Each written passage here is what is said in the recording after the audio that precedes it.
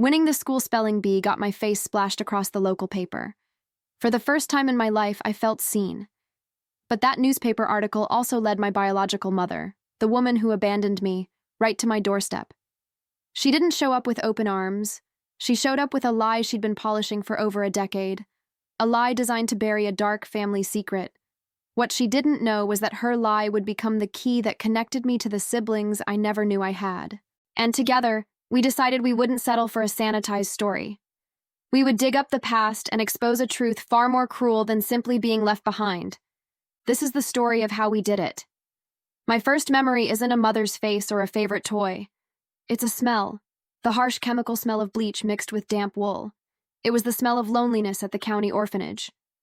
The smell of a place where your name is just a line in a ledger and your existence is measured in scheduled meals and tightly made bunk beds. I didn't have an origin story.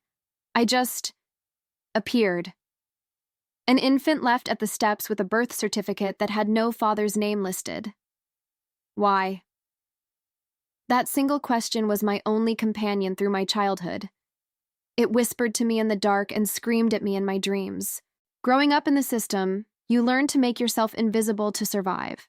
I found my invisibility cloak in books. The library became my fortress. The words on the pages didn't judge. The stories gave me an escape. But the real world was never that kind. I can still feel the cold dread of one particular winter afternoon.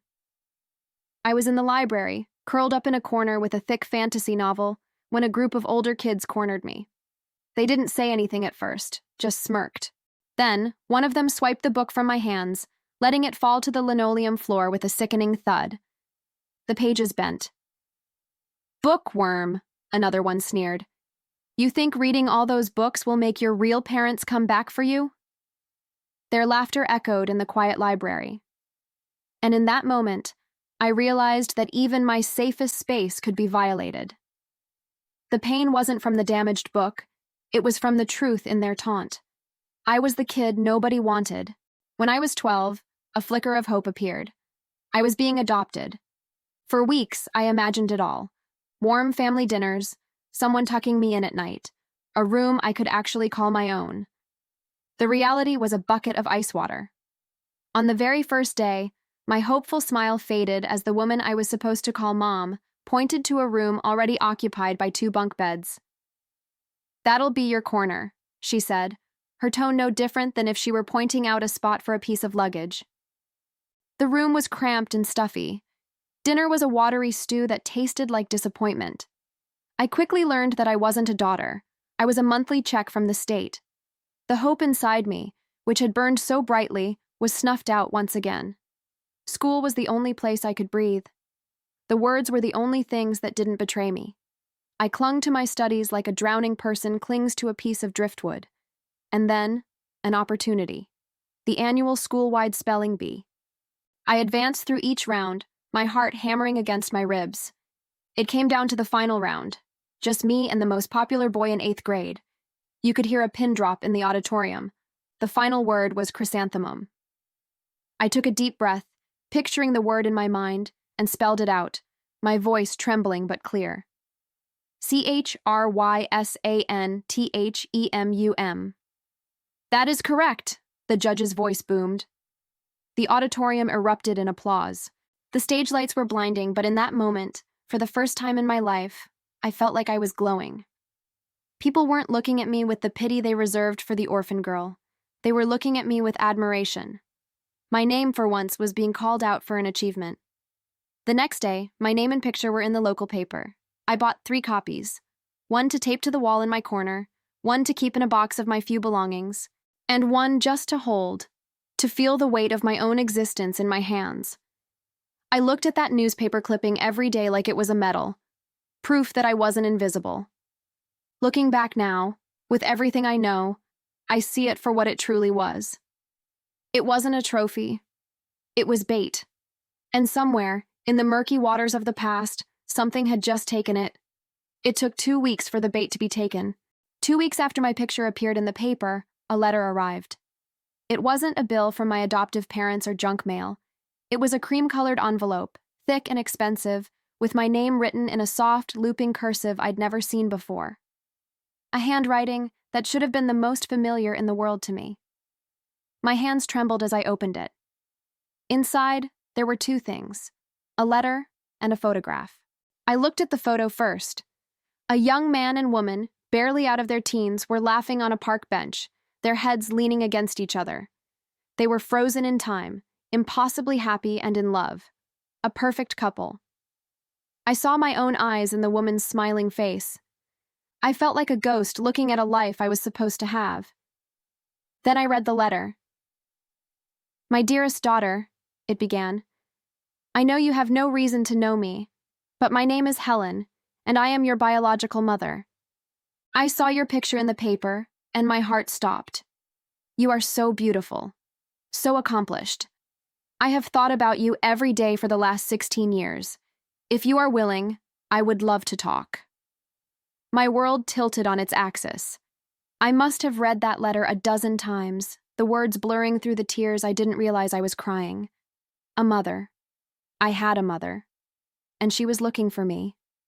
Against every cynical instinct I had learned from years in the system, I wrote back. I had so many questions, a dam of 16 years' worth of whys ready to burst. Her reply came quickly. She and my biological father, Richard, were college sweethearts.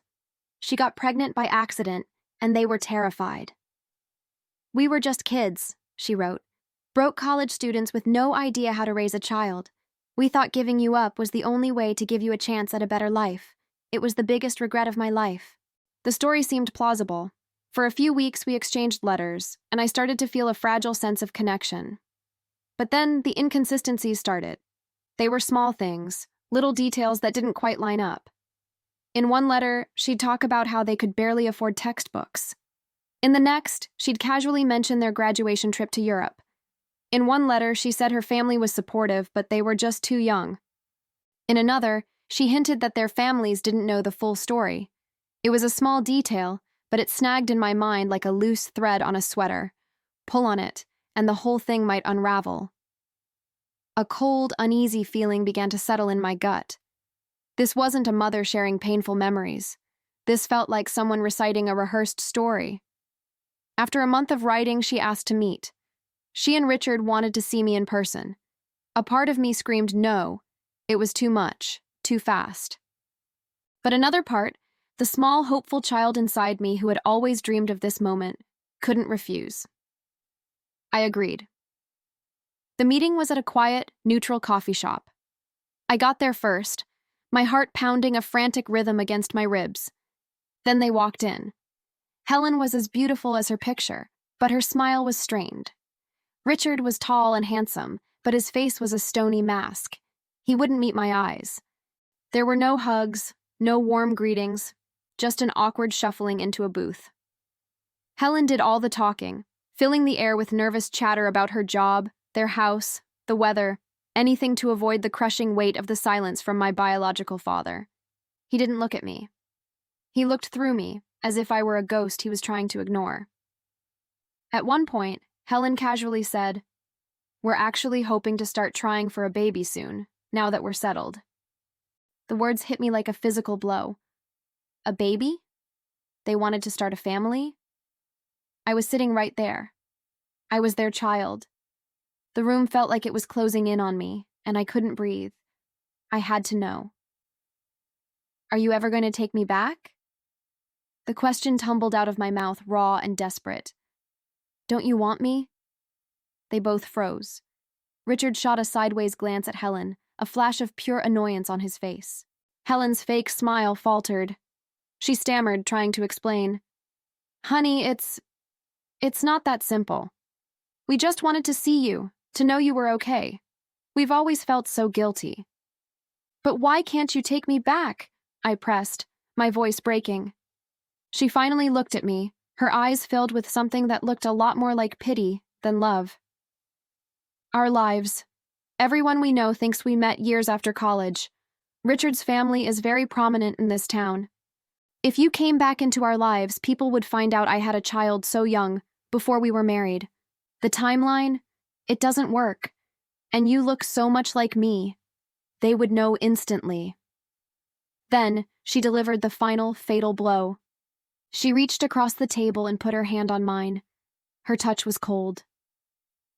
"This meeting," she said, her voice soft and full of fake sympathy. "This was for closure, for you, so you could see we're real, ask your questions, and then we can all move on." Closure. That's all I was. A loose end to be tied up. A piece of their past they wanted to file away neatly. Everything inside me shattered. I pulled my hand away from hers, the tears I had been fighting finally streaming down my face. I couldn't look at them anymore. I stood up, fumbling for my bag. As I turned to walk away, my biological father, the man who hadn't said more than 5 words, spoke. His voice was quiet, almost a whisper, but it cut through the noise of the coffee shop like a knife. "Some things are better left buried." I froze at the door, his words hanging in the air. It wasn't a piece of advice, it was a warning. And in that moment, under all the grief and betrayal, a new feeling began to spark: anger and determination. They weren't just hiding from embarrassment, they were hiding a secret. My story wasn't over, the real one had just begun. After that disastrous meeting in the coffee shop, I spent weeks trying to build my walls back up. I convinced myself that the story was over. I had been rejected again, and the only sane thing to do was to move on. I focused on my life, my partner, my friends. I tried to forget the coldness in Helen's eyes and the chilling warning in Richard S.'s voice. I tried to bury the past, but the past doesn't always stay buried. Sometimes someone else has a shovel. And while I was trying to forget, a sister I never knew I had was starting to remember. My family had a secret. It didn't have a name, but it lived in the silence at our dinner table. It was in the way my mother, Helen, would sometimes stare out the window with a sadness so deep it seemed ancient. It was in the way my father, Richard, would shut down any conversation about his life before he met my mom. "The past is the past," he'd say, his voice tight. It was a family rule you learned without ever being told. "Don't dig. My name is Kylie." For 18 years, I lived inside that perfect family picture. Loving parents, a nice house, a great older brother, Matt. But I always felt like there was a missing piece, a ghost in the rooms that no one ever acknowledged. The feeling got stronger as I got older. I'd notice things. My mom would flinch whenever a movie showed a scene in a hospital maternity ward. My dad's relationship with his own mother, my grandmother, was strange. It wasn't warm. It was formal, almost deferential, as if he were a subordinate reporting to a CEO. He was terrified of disappointing her. The summer after my freshman year of college, my mom decided to clean out the attic. She asked me to help. We spent a Saturday surrounded by dust and memories, sorting through old photo albums and boxes of my childhood drawings. It was in the back corner, tucked under a pile of old winter blankets as if it wanted to be forgotten, that I found it. A small, unassuming cardboard box sealed with yellowed tape. "What's this, Mom?" I asked, holding it up. Her face went pale. "Oh, that's just some old college stuff. Nothing important. Just throw it out." Her reaction was too quick, too dismissive. My heart started beating faster. Later that night, when everyone was asleep, I tiptoed up to the attic and retrieved the box. In my room, I carefully sliced open the tape. The first thing I saw was a photograph of a single infant, wrapped in a hospital blanket. The baby had my mother's eyes, but it wasn't me, and it wasn't Matt. Beneath the photo was a tiny plastic hospital bracelet. The name printed on it was one I didn't recognize. The last name was my mother's maiden name. My hands were shaking now. At the very bottom of the box was a small, leather-bound diary. Most of the pages were empty, but there were a few entries, written in my mother's familiar cursive, dated from 16 years before I was born. October 12th. His mother gave me the ultimatum today. The family name, or the baby. She said I couldn't have both. She said a scandal would ruin Richard's future. October 15th. Richard won't fight her. He just sits there, silent, while she plans everything. He's so afraid of her. I have never felt so alone. October 20th. It's done. I left her at the county home. They let me hold her for a few minutes. She has my eyes. The nurse asked for her name. I gave her the one I always dreamed of. Then I walked away. A piece of my soul is gone forever. I sat on my bedroom floor, the diary in my lap, and I finally understood the ghost that haunted our family. It wasn't a ghost, it was a girl, my sister. The next day, I showed everything to Matt. He stared at the contents of the box, his face a mixture of shock and anger. That evening, we sat our parents down in the living room. I placed the box on the coffee table between us. "We need you to tell us the truth," I said, my voice steady despite the storm inside me. My mother began to cry silently. My father's face hardened. He looked at the box with pure hatred. They tried to tell us the same story I now know they told her, that they were young, that they were scared, that they were broke. The words sounded hollow, pathetic. "Then why does your diary say you were forced to choose?" I asked my mother, my voice sharp. "Who is his mother you were so afraid of? Was it Grandma?" My father slammed his hand on the arm of his chair. "That's enough, Kylie. You don't know what you're talking about. We did what we had to do." "What you had to do?" Matt shot back, his voice rising. "You had a daughter who grew up in the system while we were here, in this perfect house, with our perfect lives. Did you ever even look for her?" "It was for the best," my father said, his jaw clenched. "You need to drop this, for the good of this family." "She is this family," I said quietly. That night, I locked myself in my room, their weak excuses and angry denials echoing in my ears. They weren't sorry for what they did. They were sorry they got caught. They weren't protecting a past mistake. They were protecting their comfortable, perfect lie. And my sister, my real sister, had been the price of that lie. I wouldn't let it stand. I pulled out my laptop. I knew her name from the hospital bracelet. I knew her approximate age. I started searching. I looked through social media, public records, anything I could find. Finally, on LinkedIn, I found a professional profile with a picture that matched the face I'd seen in the local paper's online archives just a few weeks prior, celebrating a spelling bee champion. Her face looked so much like our mother's. My heart pounded as I stared at the message button. This was it. This would change everything. I didn't just want to find a sister. I wanted to find an ally. She deserved to know the whole truth, not the sanitized story our parents were selling. She deserved justice, and I was going to help her get it. I took a deep breath and began to type. "Hi," I wrote. "My name is Kylie. I know this is going to sound impossible, but I think I'm your sister, and I think our parents have been lying to both of us." I was still reeling from my parents' warning, the words, "better left buried," echoing in my head, when my phone buzzed with an email notification. The subject line was just my name. I opened it, my heart filled with a familiar dread, expecting another hollow apology from Helen. But the sender wasn't her. It was a name I didn't know. Kylie. "Hi," the email read. "My name is Kylie.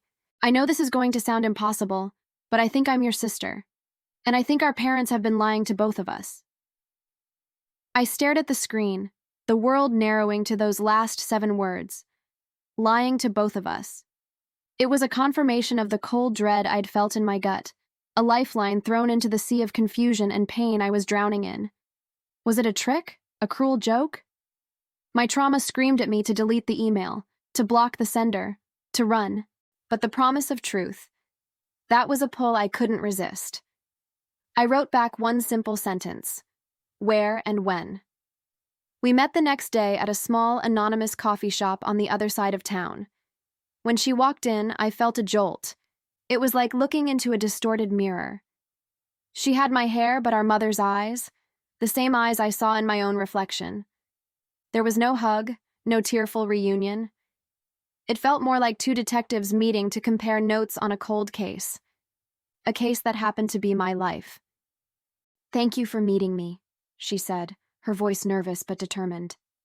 I found some things that proved the story they told you was a lie." She slid a folder across the table. Inside was the photo of the infant, the hospital bracelet with my name on it, and photocopies of the diary pages. I read them, my breath catching in my throat. His mother gave me the ultimatum today. The family name, or the baby. Richard won't fight her. He's so afraid of her. Richard S. warning. Some things are better left buried. Slammed into me with the force of a physical blow. He wasn't talking about his and Helen's secret. He was talking about his mother's. Our grandmother, I whispered, looking up at Kylie. She nodded, her eyes filled with a grim understanding. They're both terrified of her. She controls everything. The family money, their reputation, all of it. Suddenly, everything clicked into place. The inconsistencies in Helen's letters. Richard's terrified silence. It wasn't a story of two young lovers making a hard choice.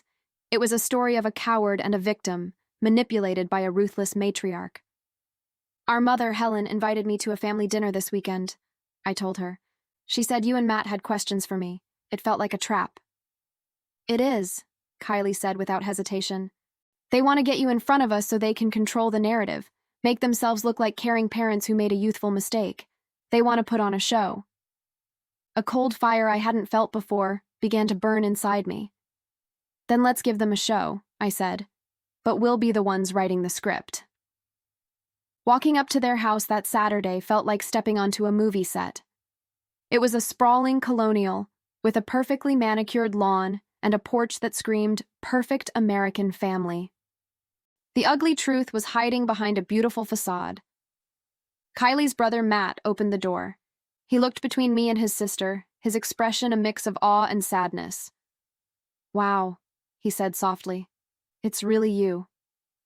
Helen and Richard descended upon us, their smiles painfully bright and utterly fake.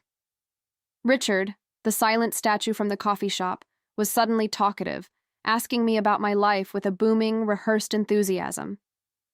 Helen fussed over me, offering me drinks and appetizers, her hands fluttering nervously. It was a performance, and they were terrible actors. We sat down for dinner in a formal dining room that felt as cold and sterile as a museum.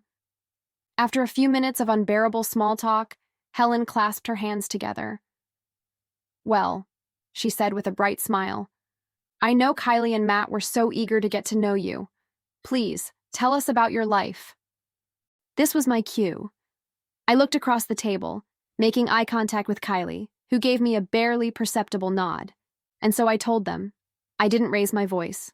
I didn't cry. I spoke in a calm, measured tone, which seemed to frighten them more than any outburst would have.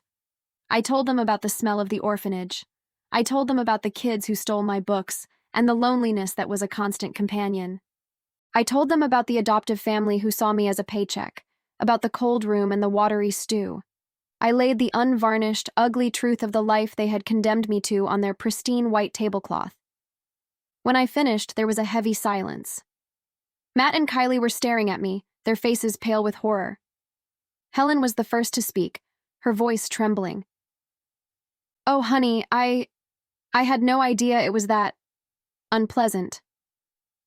Unpleasant? I repeated, my voice dangerously quiet.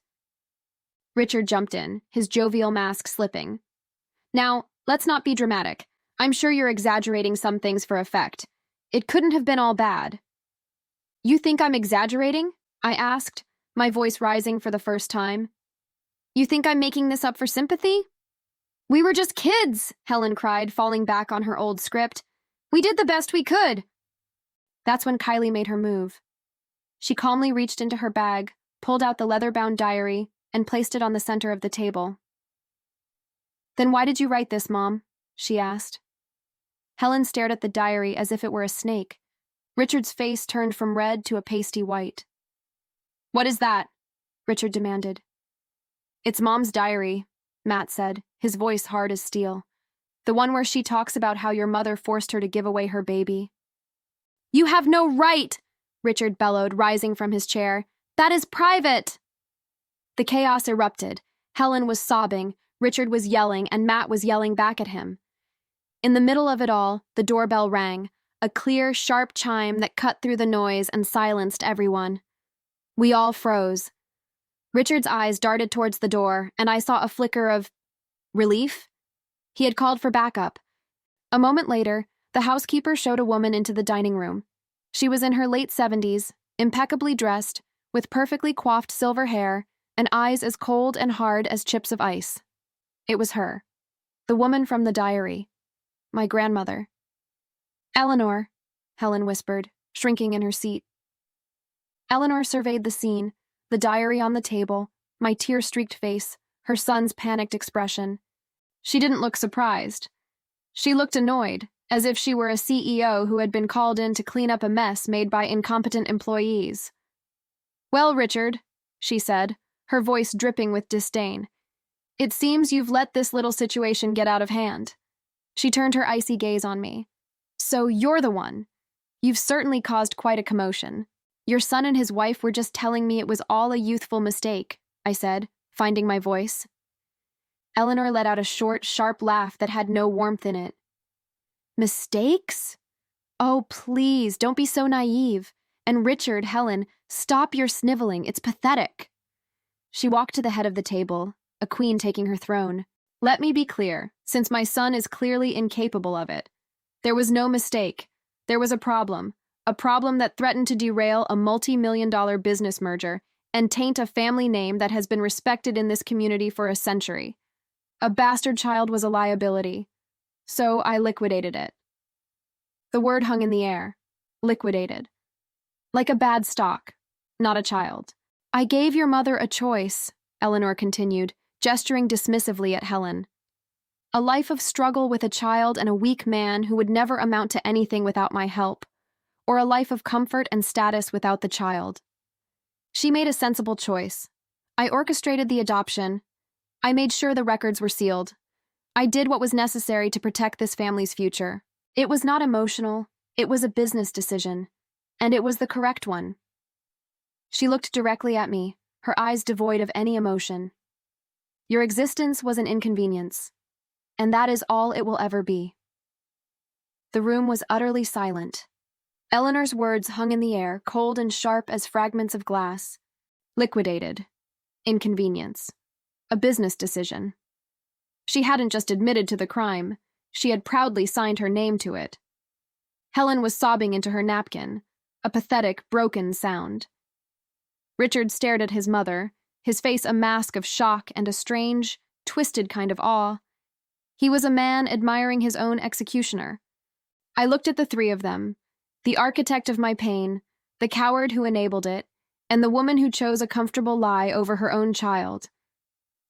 And for the first time, I didn't feel hurt. I didn't feel anger. I felt nothing. A profound, empty pity. They were prisoners in a gilded cage of their own making. I slowly rose from my chair. Every eye was on me. I looked at Richard.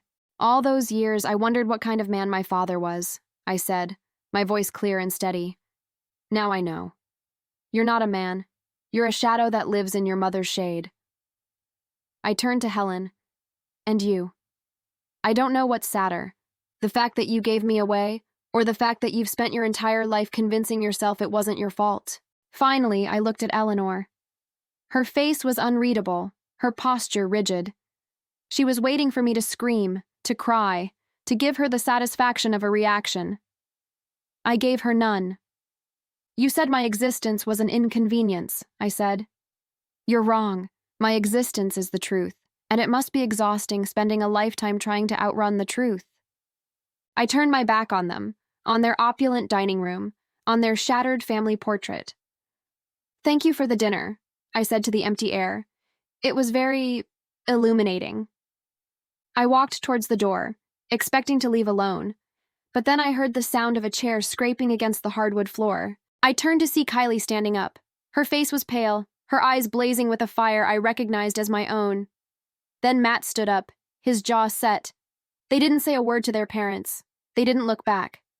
They simply walked towards me, falling into step on either side of me. We walked out the front door together, leaving the wreckage of that perfect family behind us in the suffocating silence. The cool night air felt like the first breath of a new life. As we walked down the long driveway, for the first time since I was a child, I didn't feel like an orphan. 3 months later. The scene is my small, cozy apartment. The air smells like garlic and simmering tomatoes.